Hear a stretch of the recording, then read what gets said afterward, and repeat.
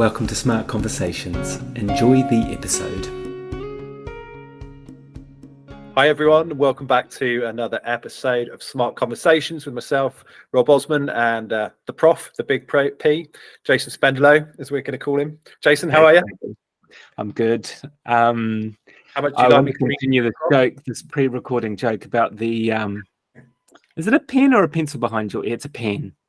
Pen. Oh, thank you. Must be very handy just having it sit behind your ear like that. It makes absolute sense. It's I wonder why more people don't do it.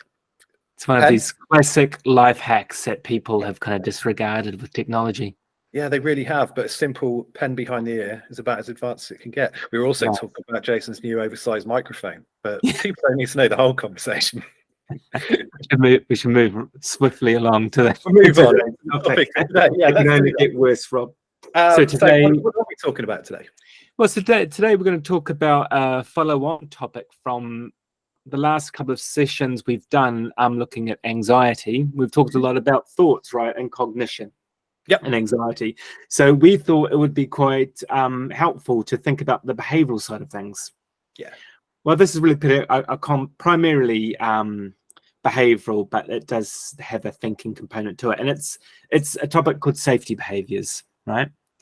Yeah. And do you remember what the definition of safety behaviour is in the context of anxiety, Rob? I feel like I'm back at school, Jason. Yeah. So the safety behaviours in context of anxiety, as Jason kindly prompted me, are the reactions or responses that we give to when our anxiety strikes. So it might be something that we use, a safety measure that we see as safety, that we use to avoid or to manage the situation and the anxiety. Yeah, perfect. So it's a response that's designed to minimize the feared catastrophe that your anxious brain is telling you going to happen. Yeah. But at the same time, they are ultimately counterproductive and usually contribute to and increase the anxiety over the longer term. Yeah, and I don't know if anyone's listened to like my poor description and then the better one, and they've gone, oh my God, because when we spoke about this, it was, for me, it's a real like, oh shit, I can really spot some of the things I used to do and some of the things that I still fall into the habits of as well. Yeah. Is this something you've got for, like crap safety mechanisms? Say again? Or poor, I was going to say crap, but yeah, we can say crap safety mechanisms, these sorts of looking at these things that we think are maybe ways of helping ourselves, but actually in the long run might make us a bit worse. Well, in the really immediate term, they kind of make sense because often they give you a bit of relief. Okay. And psychologists call this negative reinforcement. Relief is an example of negative reinforcement. Right. Simply means an outcome from an act, from a behavior that encourages you to do more of that act in the future. So if you get a bit of relief, so you might get a quick fix sort of thing. Yeah, you get a little bit of a lowering of your anxiety. It means that next time you're more likely to do that thing that led to that lowering of anxiety. But the problem is that this is a very short-term focus. It's very short-term fix, and it's an ineffective fix, because if you have to keep coming back and doing it time and time again, then it obviously doesn't really work in the long run, right? And this is what most people are interested in. How can I decrease anxiety over time? Yeah. And I guess this is a different conversation again, but I guess that's how addiction can occur as well, where people create cycles or ways of behaving where they might introduce something that is negative, but gives them that short fix, and they need more and more of it as they go further on. Well, funny enough, substance use issues, particularly with booze, quite common, and people have more severe forms of social anxiety. Yeah. Because what they'll do is use the booze to try and loosen up a bit, to try and manage the anxiety. Yeah, and a lot of us have done that, I think. It's quite common, but that's a good example of a safety behavior, and that while it may give you this immediate sense of, right, I kind of got away with it, or I've coped with the anxiety a bit better, if that's all you do to try and get comfortable in a social situation, you're never going to make progress. And in fact, you run the risk of developing a hefty secondary issue, right, which is an issue with alcohol or other drugs. Do you know, I can really relate to that on the alcohol front. It was I've mentioned before, like with my social anxiety was so crippling. I couldn't. I would walk into a social space, be that Debenhams or a nightclub. You know, it could be anything in between the two. And I would be physically sick. The first thing, as soon as I come through the door, I would feel the sweats, the cold, the tingles, and I would just be looking around for the nearest bathroom to go and throw up. And I realised that once I got a bit older, if I had a couple of drinks, that wasn't so severe and I could control it more. And as a result, I started to think that my social skills, my social dynamics were because I was funny when I had a drink, rather than I was actually all right whether I had a drink or not. But I kind of, it became the way that I got out. It was the only way I could, and the only way I could go, because now I'm comfortable with the fact I'm not a nightclub kind of guy. I'm all right with that. But at the time, I was like, I'm 20, I'm a dude. Why don't you like nightclubs? You will find, you will go. And the only way I could go was by getting outrageously drunk. And I'd still throw up sometimes, unfortunately. Yeah. So that was where that question came from. I was using it way too much. Yeah. So the main problems with safety behaviors are that they draw more attention to yourself typically. Right. So if you're someone with long hair, right, and you're in a social situation, you're going to throw your hair in front of your face in order to kind of conceal your face, perhaps because you're blushing, or you're not wanting that attention viewed on your face. That's going to catch people's attention and look a bit strange, which kind of leads on to the second problem with safety behaviors, is that it can cause you to come across in an unhelpful way, either a bit strange or a bit aloof. Maybe, like you don't dare open your mouth if you're saying something stupid. Yep. But the main, I think for me, the main problem with safety behaviors is that it prevents new learning. Right. So if you use these safety behaviors in a situation that makes you anxious and you come out of that situation, usually the assumption is I only survived that because I used those safety behaviors. Yeah. And what that prevents your anxious brain from experiencing is that same event, scenario, situation without those safety behaviors, to see what actually would happen. And when I work with people professionally, but I've seen this also with myself and with friends, that if you can manage to drop those safety behaviors and go into a social situation as an experiment, not finding a way to inhibit yourself to not do these safety behaviors, the vast majority of times people are absolutely fine, and they go, oh shit, actually those safety behaviors weren't keeping me safe at all. They weren't really doing anything, and in fact they're making things worse, they're making things more kind of complicated, etc. So it's really, really important in social anxiety, when we try and make forward progress, is to really look at the safety behaviors and try and give your anxious brain the experience of going through these feared scenarios without the safety behaviors, to see what happens. And that's where the new learning can take place, where you start to drop this assumption that these safety behaviors are what are keeping me safe. Mate, I like that. Makes a lot of sense. So I kind of went, I guess, to quite not an extreme, because of a lot of us have used alcohol, as you said, but I guess something that's more day to day, and possibly everyone uses at some point around social anxiety is around avoidance and avoiding a situation. So I think that's possibly a bit more relatable day to day in terms of what people go through. And I had it today, actually. Funny enough, I've just started coaching with my son's rugby club. I may as well, as one of the kids told me, I might as well have been a coach for years, because I've been standing on the sidelines shouting enough. Very positive, of course. But my anxious brain was playing so many tricks on me, despite the fact my lad's played with this team since he was 8. I get on with the kids really well. I've coached before, but because I haven't set foot on a rugby pitch for 25, 30 years, my anxious brain was telling me, avoid, don't go, you'll make a prick of yourself, you'll do your knee in, you'll twist your ankle, you'll be too unfit. Do you know what? I had a lovely time, and I've got some really positive feedback from the kids as well. And so avoidance, I think, is a really good example where people do it possibly without even knowing. And if they look back on their week or their month or their year, how many times have you avoided doing something because you worried what if? Yeah. And these safety behaviors can be really subtle.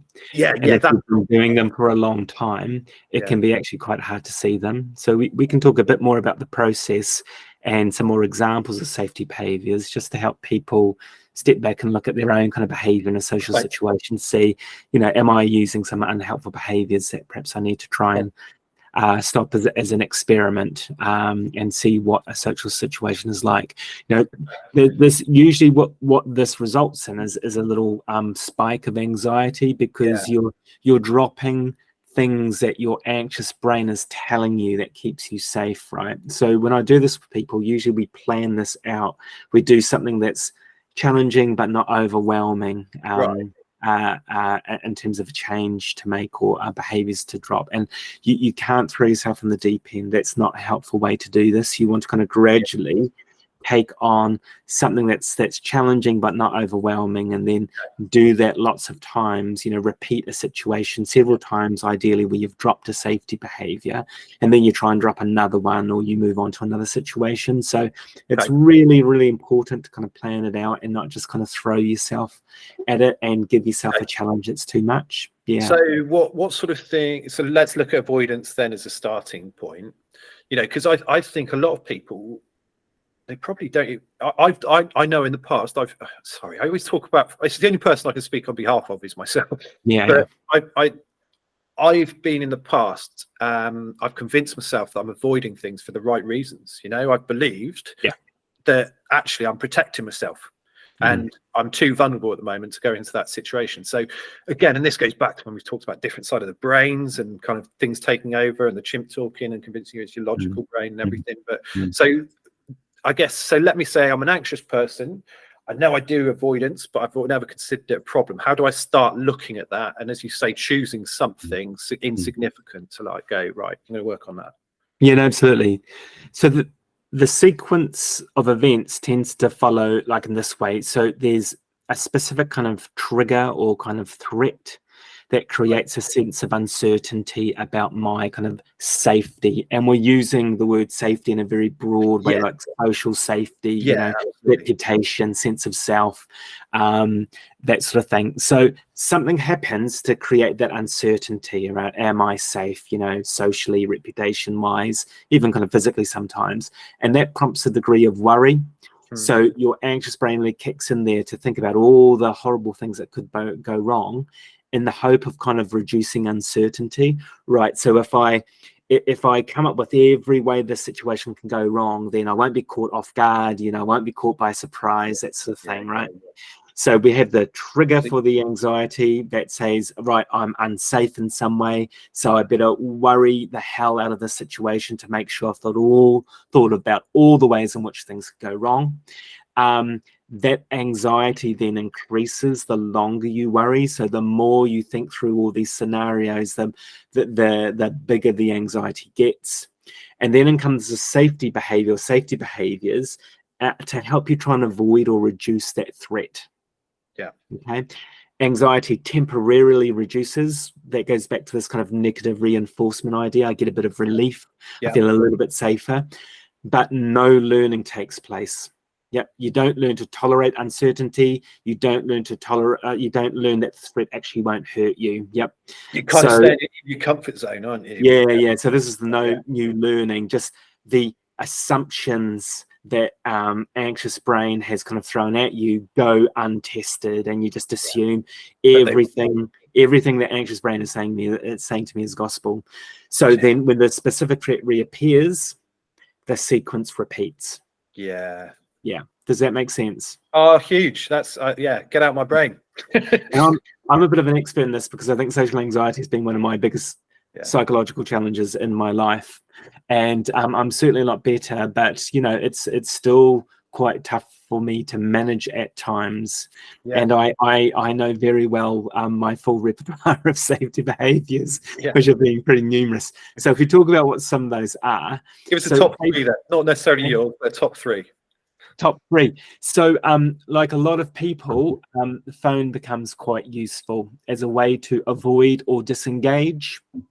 Or be on the periphery. So if I'm on the periphery of the situation because I'm having to check my emails or my messages, then I'm not having to get involved. I'm not having to face the threat that anxious brain tells me is there. Yeah. So that's one. Technology. Avoidance. Yeah, getting out of there a lot sooner than I should or need to. Yeah, is another one. Yeah. Yeah. I don't know what my third would be. My third of my top three. It's a lot of avoidance. You know, I love a bit of procrastination. I love it. We're going to talk about procrastination. Don't you worry, right? We'll just put it up. We not yet. Right. I'll hold on.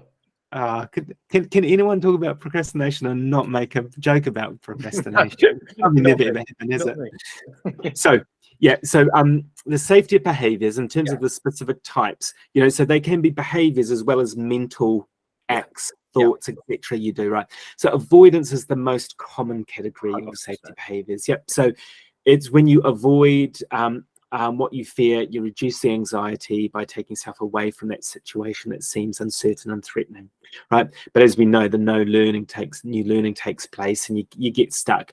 And so there's three types of avoidance: situational, so that's avoiding places, people, activities. One's cognitive avoidance. So efforts to get rid of distressing thoughts by trying to consciously suppress them. Don't think about it. Distract myself. And there's also a third type of avoidance, which is more physical. It's more somatic. So avoiding internal physical sensations. So if your heart starts racing, you might try and do, because you think, oh shit, I'm getting really anxious. I can feel myself getting hot, sweaty, my heart's racing. You try and somehow avoid those physical sensations because they become self-reinforcing, right? You feel your heart race, that makes you anxious, which makes your heart race even faster. Got you. Yeah. So those are the different categories of avoidance. And so the situational one is probably the one that comes to mind most. But people should be aware, particularly of that cognitive one, trying to actively suppress a thought. Yeah, that's something which again, it's really hard when if you are low, to challenge those thoughts and behaviors, because they are really easy to go along. Yeah, it's really easy to go along. I just go, do you know what? I'll deal with that tomorrow, sort of thing, and rather than challenging it today. And this is what and Jason just said it, and keep going back to it. It's like I can't speak for Jason, but we're not sat here saying we've got this all social anxiety figured out and all the things that come with it. There are times when I fall back into my negative safety behaviors because they've been there for 30 years, they've been there a long time, and it's just about trying to get a little bit better with them and understand them. And that's, I guess, kind of what these conversations and chatting with a mate like me and Jason do, or if you go out and chat with one of your mates about this stuff, it kind of is a really nice soft way to start challenging those behaviors and start talking about them. I've started talking very openly to my friends about my anxiety and how it manifests and how it might impact, because actually it kind of helps me normalize it. It's not expecting different behaviors from them, but it's helping me challenge what I've accepted as the norm for so long, which I now know isn't. And that's what I think is really important. It's like when we're having these chats, we're not coming from a point of telling you what to do. We're just saying, this is what's worked for us. This is what we've experienced. This is where we've had our difficulties. No, absolutely. So that's really important, the avoidance category of safety behaviors. But we've got others. We've got excessive reassurance seeking. You sure don't say anything stupid, or how do you think I came across there? Anywhere where you go and you try and get something from someone else that will make you feel okay, all right, I didn't blow that. I'm not a complete idiot. I'm not the most boring person. This is getting far too familiar. Now, a bit of reassurance seeking here and there is absolutely fine, but there's a point where it crosses over line to becoming excessive. You become quite obsessed with the feedback, and how you feel about yourself completely depends on that feedback, right? That's where it's gotten really unhelpful. So we've got distraction. Distraction is another type of safety behavior. So, daydreaming, I'll get on my phone, counting, tapping, trying to think of something else, right? Now, distraction is a bit more of a nuanced behavior, really, because if you are distracting yourself to give you a break from something that's quite unpleasantly intense, with the intention of very quickly going back to that thing that you're doing, that's some say that's okay.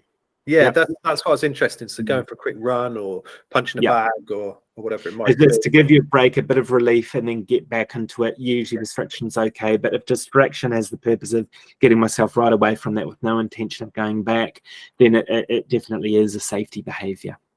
I think that kind of leans on where we've had our success with dudes and dogs as well. It's by changing the environment so that the focus isn't on the problem. This problem's just become part of the conversation.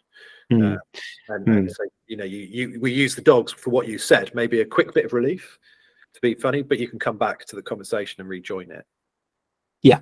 And I think that's a really important skill where we're effectively trying to regulate our emotions, right? So if the anxiety is getting a bit too big, a bit too hot, doing something to briefly distract, as long as you go back to it, can actually, for many people, they think that that's actually a fairly healthy strategy. Yeah. So other people think that any kind of distraction is not good, but I'm more in the kind of former camp that as long as you kind of come back to it, it can be a useful approach. Yeah.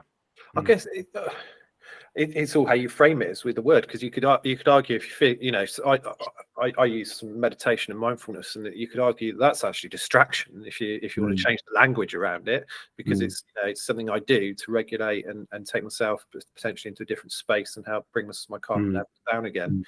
So positive, we should have positive distraction and negative distraction. Yeah. It's not quite a straightforward distraction, but that's kind of how I come at distraction. So anyway, procrastination can be seen as a safety behavior. And you can technically think of this under the category of avoidance. Because we definitely can do a whole episode on procrastination, because it's pretty interesting and there's some good strategies that you can put in place. But putting something off is quite a good way to kick the can down the road. And often makes the situation worse, from my experience. Yeah, because other problems tend to start to pile up, and again, that you block that learning opportunity of just bloody hell, I'll just do it, and you get through and go, okay. I'm glad I did that now. You know, it's like the gym or going to exercise. Most of us, most of the time, think, oh, okay, I don't really want to get hours of exercise. But when you do it, you're like, I'm really glad I did that. Actually, it's not often in my experience that you go out and get a bit of exercise and go, I really regret getting that exercise. No, not ever. No, absolutely. And I think that's really valid, and it's. The procrastination thing is something which I would like to focus on myself, definitely, because it's something which I know I'm still guilty of, and the bad jokes that go with it. And the bad jokes, that might be a bit more of a challenging session. Maybe that's not for camera. We can have checking, double checking, triple checking. Going back to that comes under the reassurance side of things again, I guess. And looking for reassurance, and I guess you can think of that as like a form of self-reassurance, isn't it? Because, and again, this is I'm really loath to always go back, but all I can do, as I said earlier, is refer back to my experiences. But I do, despite the fact that people have told me I'm good at them, I do really struggle with the anxiety that gets from doing TV or radio. Or doing a YouTube video and then putting it out there. You know, quite often I schedule videos so that they go out without me having to put them out, sort of thing. That's one of the ways of, I guess that's procrastination, actually, not putting, but there we go. Minor. So it's knowing, it's sort of going back and looking at that would be, that side of things. And sorry, I can't remember the point. I've done what I did on the last call, Jason. I've started talking and I've forgotten what the point was. But it was going back to what you were saying around. No, tell you what, it'll come back to me again like it did last time. No, this is nice, because one thing we do in social anxiety is when you get quite good with some of the techniques, we deliberately put you in a situation where you do something a bit kind of embarrassing. So you purposely kind of quote unquote kind of pretend to lose your place in a conversation to see what happens. So basically you go out there, you live out the worst case scenario, and we see, does the sky fall down? So Rob, you're an absolute champion doing that for us. Thank you. Do you know what? Living example of how to fuck up on camera and get socially anxious about it afterwards, which I will, but we'll still put the podcast out. Okay, so we've also got over preparation. Perfectionism, rituals. Ritual's not necessarily a bad thing. Well, if I you guess it think that depends the if you did. ritual is the only thing that kept you The safe, maintenance. then it's Yeah. not good. Yeah. No, Okay. no, no, Right, come no. on. Rituals can be in another context, a non-anxious kind of context. You know, rituals of various kinds can bring people a Routine, lot of I guess. comfort. They can be quite kind of mindful in some senses. Yeah, so out of this context here, they could be quite healthy, useful things. But in this context, if it's specifically aimed at trying to reduce the perceived fear or danger, then it ain't so good. So yeah. Okay. We'll have kind of list making. It kind of goes with over preparing. So creating lists to avoid forgetting things, making lists to have great conversation topics on hand, that sort of thing. And then drugs, alcohol, anxiety meds. We talked about that at the top of the episode. That can also be a really key safety behaviour. So that's a bit of a run through of the kind of range. There's lots there going on potentially. Okay. And there's too much for us to sit here and chat for the next 20-30 minutes about the things you can do about those. But I guess what are some of the things we could look at if we look at some of the more typical traits? What could we do? We've said about challenging those beliefs in terms of the anxious brain, but challenging it gently. What about some of the other things you mentioned, those safety measures that we take? Yeah, so what you can do is you can start off with a social situation that's important to you, that you want to make some progress within. So if you take a situation where it's important to me that I feel a bit less anxious in this situation as possible, because that creates some kind of intrinsic kind of internal motivation to engage with a process that might involve taking you out of your comfort zone a bit more. Yeah. So you think about something that's important to you, and then you think about all the things you kind of say, do, and think because of your anxiety. So a good way to think about this is imagine two scenarios. You in a given social situation where you experience no anxiety, and then that same situation where you are quite socially anxious, and have a think about, in what ways would my behavior be different? In what ways would my approach be different to that same scenario, but me as an anxious individual and me as not anxious, as feeling calm, confident? And so the differences usually then help you identify what anxiety is driving you towards doing, i.e. the safety behaviors you might be engaging with. So that's a really good place to start. What's the situation that's important to me? Let's have a think about the things I do because of my anxiety, to avoid catastrophe, to avoid the worst case scenario. And then once you've got all those mapped out, you can think about, well, how anxiety provoking would it be to drop each one of these? So if I do a lot, a party is really important. I do a lot of parties. I want to feel more comfortable. Something that I do lots is looking at my phone, pretending that I've got text messages and I'm responding to stuff, right? If I were to drop that behavior at the next party on a scale of 0 to 100, how uncomfortable would that be for me? So we want something that's in between kind of 40 to 70. So in that kind of challenging but not overwhelming zone, right? So if I was to drop that safety behavior, that would make me feel uncomfortable, but I don't feel like it would be impossible. You write down what the worst case scenario your anxious brain is fearing, and then go into that situation committing to not do the safety behavior and instead use good anxiety management techniques to replace it with diaphragm breathing, the kind of cognitive skills we've kind of talked about previously. What's my evidence that this horrible thing is going to happen? What's happened in the past? What's a more helpful way to think about this? So if you've got a couple of anxiety management techniques, basically to substitute in the place of the hole that's been created by not doing the safety behavior, and then you stay in the situation for as long as you can, and certainly until the anxiety significantly decreased. Makes sense. If you leave when the anxiety is still quite high, there's no new learning that takes place. Okay. But if you stay in the situation, so you successfully drop the safety behavior, you're feeling pretty uncomfortable, stay with it, stay with it, stay with it, until you've got to the point where you've realized, oh, actually, my anxiety's come down a reasonable amount here. I'm feeling more comfortable in the situation. That's how long you have to stay in the situation. That's the point at which it's okay to leave, but the longer the better, because that's the learning. Oh, okay, so I haven't done the safety behavior of looking at my phone, but my anxiety's still come down and the worst case scenario hasn't happened. Hang on, there's something going on here. There's something I need to pay attention to. There's new learning. So yeah, so you have to stay in the situation until you feel that anxiety significantly reduce for you to have a chance of getting that new learning. Okay, that's really, and learning's the key. And you said it about learning a lot, and that's the key message is relearning how to do things, both physically and mentally. And it might be from decades of pre-installed knowledge, that you've kind of exactly. So this don't might be learning over years. First learning is an F. Your grades will go up.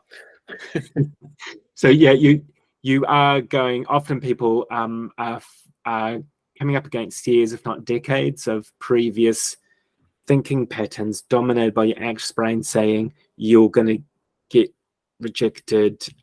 People are going to think you're an idiot, if you do X or Y or Z, right? So the safety behavior is going to keep you safe, keep doing it. So you actually need the new experience to give your brain that new information for it then to start the process of rewiring itself. So that's why you have to stay in that situation until you get some relief, until the anxiety comes down. And ideally, it's come down substantially and for a while before you exit.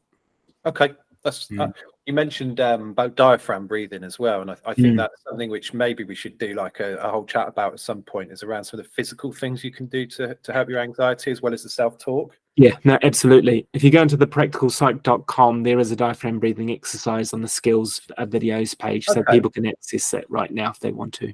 That's your website, practicalpsych.com. Yeah, cool. Yeah. Right. Or if you just Google my name, the site comes up straight away, so it's pretty easy to find.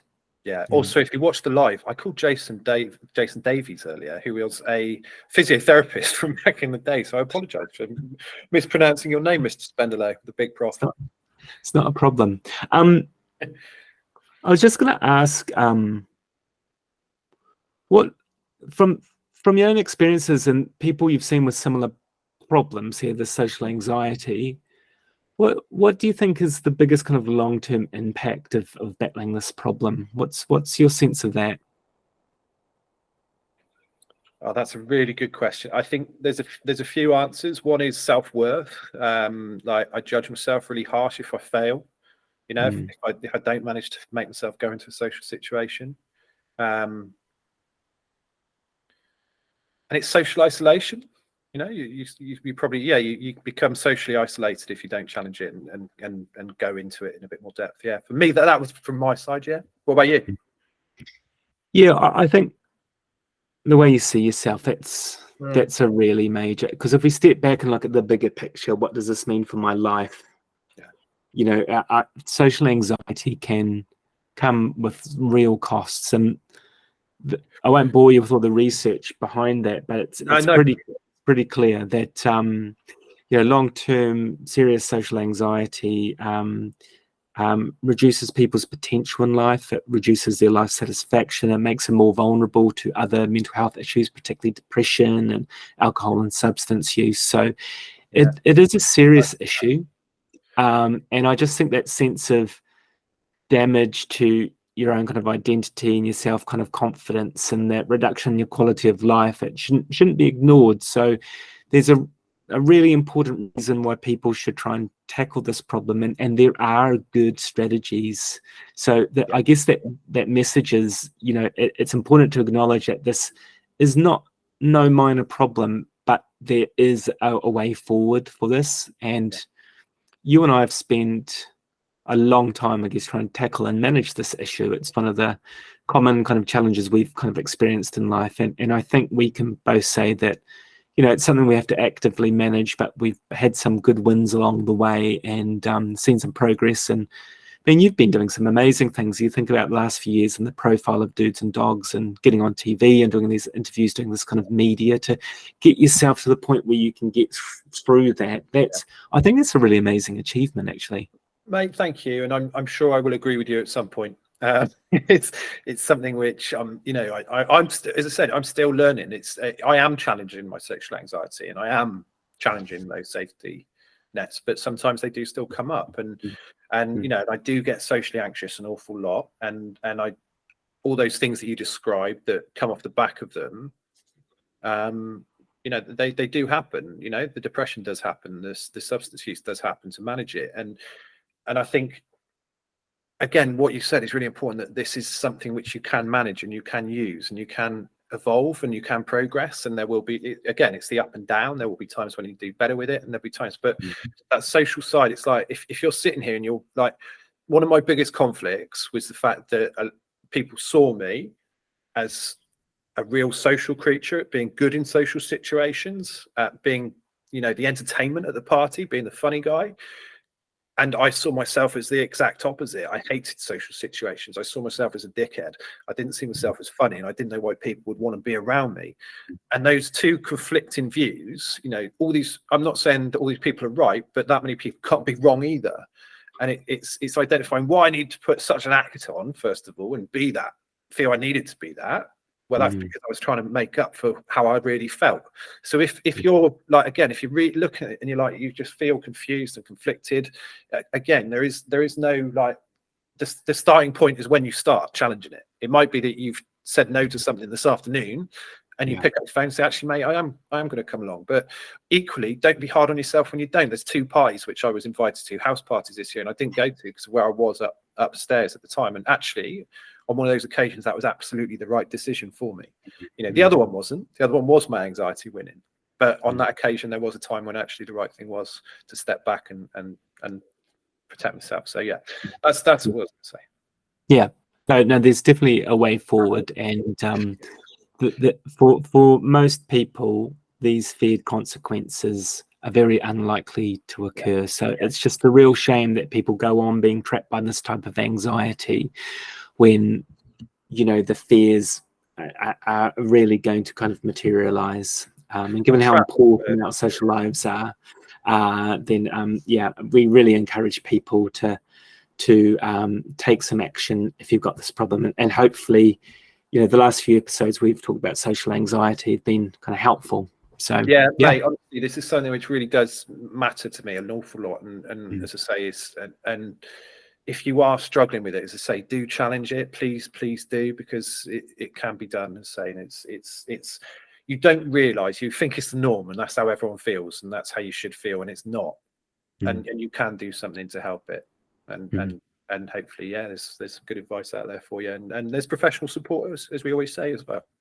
Yeah, lovely. Well done, Rob. It's been really great. I really admire you for talking. Look, I really enjoyed that, mate. You're a good friend. You make it very easy, to have that conversation with, and it's nice. I hope we're doing it in circumstances that's going to help people. I've had some lush feedback again, as I say, and so thanks for doing the time, mate. So I really enjoy it. No worries. So we can go and think about the next episode now, and come back to the barnstorming topic next week. Yeah, and also, I'm not going to do the sign-off anymore. I've decided that it was funny for the first couple of times, but people probably think I'm just an amateur now, and it's got to end. So no more dodgy sign-offs.